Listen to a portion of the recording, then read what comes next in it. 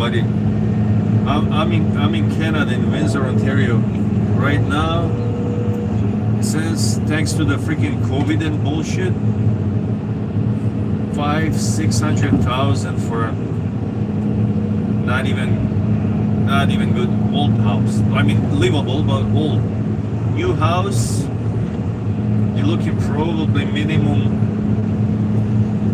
900,000 if you're lucky. Like the housing, it's crazy right now.